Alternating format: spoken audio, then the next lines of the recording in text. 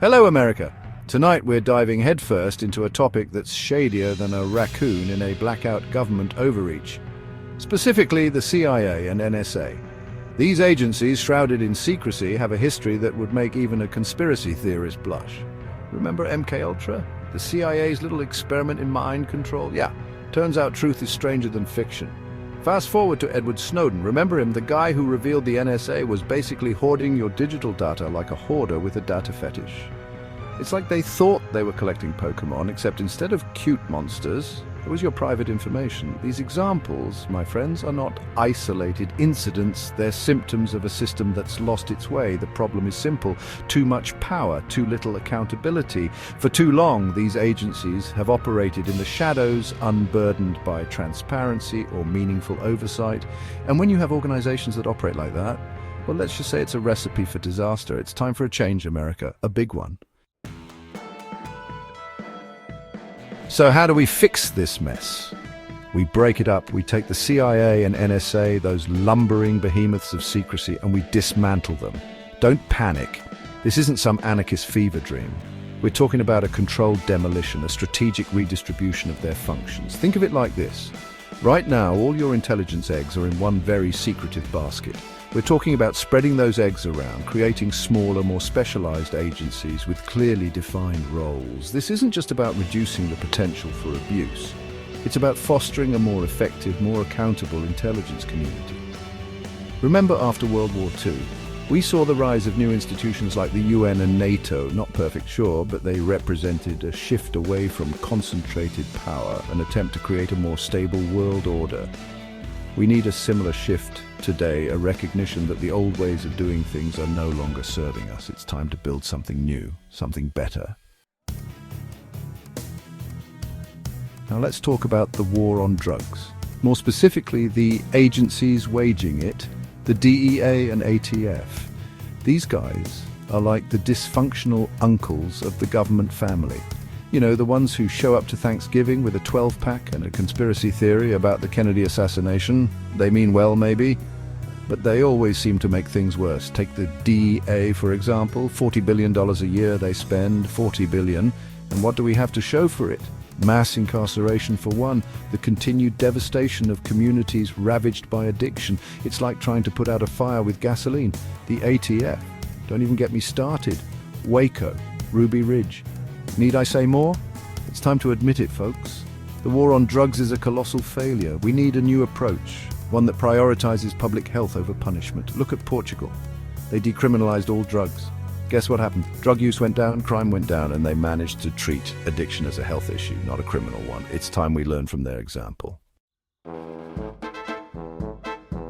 All right, let's talk taxes. Specifically, the IRS. That's right, the agency that strikes more fear into the hearts of Americans than a tax audit with a side of colonoscopy. The IRS, my friends, is a bloated bureaucracy, a labyrinth of forms and regulations that would make even Kafka weep. We need a simpler, fairer system, and I've got just the thing: a flat tax, one rate for everyone. No deductions, no loopholes, no army of accountants needed. Look at Estonia. They implemented a flat tax and their economy boomed. It's simple, it's transparent, and it works. Now, some will say, but John, what about education? What about infrastructure? Don't worry, we've got that covered. We'll fund those essential services through a combination of spending cuts and, get this, taxing churches. That's right, those mega churches with their private jets and prosperity gospel. Time for them to pay their fair share. Section 5, Liberation and Responsibility, Reframing Drug Policy. Let's talk about something truly radical: legalizing all drugs. Now, before you reach for the smelling salts, hear me out. We treat alcohol and tobacco like the socially acceptable vices they are. Why not extend that same logic to other substances? Look at Portugal. Again, they decriminalized all drugs, treating addiction as a health issue, not a criminal one. And you know what? It worked. Drug use went down. HIV infections plummeted, and they managed to create a system that actually helps people. We can do the same. We can legalize, regulate, and tax all drugs, use that revenue to fund comprehensive addiction treatment and harm reduction programs. We can educate our kids about drugs in schools, giving them the facts instead of scare tactics. It's time to stop treating drug use as a moral failing and start treating it like the public health issue it is.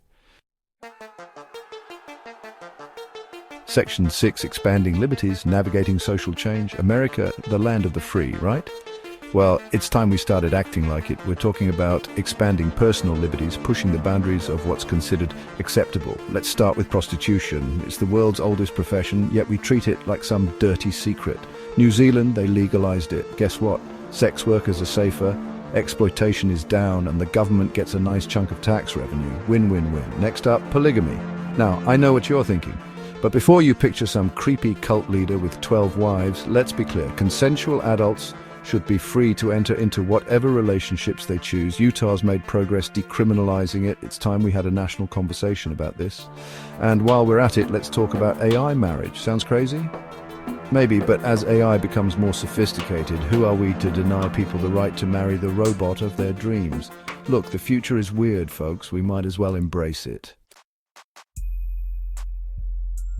Section 7. Foreign policy reset, rethinking global engagement. Let's talk foreign policy. For decades, America has played the role of global policeman, intervening in conflicts that don't concern us and propping up dictators who serve our interests. It's time to pack up our toys and come home. We're talking about ending foreign aid. We're talking about closing down our overseas military bases. We're talking about slashing the defense budget and redirecting those funds to things that actually benefit the American people, like healthcare, education, and infrastructure. Remember isolationism? No? Look it up. It worked for us once. It can work again. Now, some will say this will make us weaker, more vulnerable, but I say it's time to stop being the world's bully. Let's focus on our own house, our own problems. Let other countries figure out their own messes for once. It's time for America to lead by example, not by force. Section 8.